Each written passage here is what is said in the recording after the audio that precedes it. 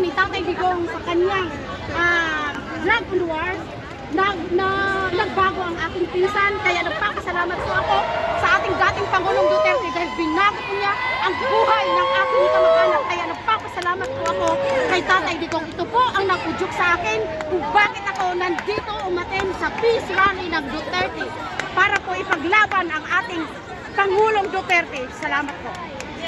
Saan po kayo sa Visayas? From Leyte. Okay po. Ilongga po ako. Okay. Okay. Ako po Bisaya. Waray-waray equals, waray-waray plus Cebuano equals ka na. Okay.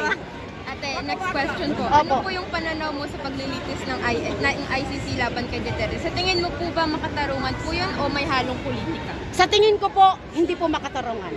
May halong politika po. Dahil ang paglilitis po sa ICC, alam naman po natin, hindi po makatarungan ang pagdala po kay Pangulong Duterte doon po sa The Hague, Netherlands. Kasi doon pa lang po sa bansang Pilipinas, kidnapping po ang ginawa nila. Hindi po sila dumaan sa due process. Yun lang po.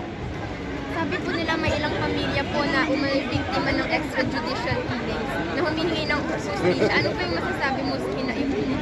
Ay, para po sa akin, kung talagang may ginawang kasalanan si Tatay Digong, doon po sa Pilipinas, dapat sila po ay nagsampa na po ng kaso at pinakita po nila sa korte doon sa Pilipinas kung marami pong pinatay si Tatay Digong. Pero batay po sa akin, wala pong ginawang kasalanan si Tatay Digong.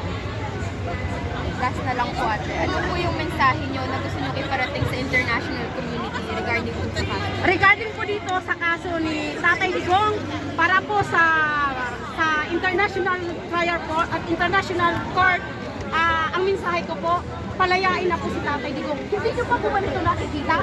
Sa daming nagmamahal sa ating Presidente Tatay Digong. Tingnan nyo po kung paano po siya minahal ng mga mamamayang Pilipino. Kaya dapat po palayain po siya, ipabalik po sa Pilipinas at doon po siya lilitisin kung talagang may kasalanan ang aming dating Presidenteng Tatay Digong Duterte. Doon po siya lilitisin sa Pilipinas at doon po siya ikukulong sa Pilipinas kung ito po ay may nagawa po siyang kasalanan. Pero sa akin pong pananampalataya, sa akin pong pananaw, wala po siyang ginawang kasalanan. Doon po siya dapat lilitisin at ibabalik po siya sa Pilipinas.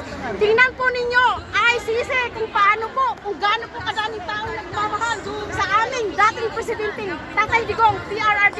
We love you, Tatay Digong. Alam po namin, makakabalik ka at wala pong posible sa Panginoon. Ganito po ang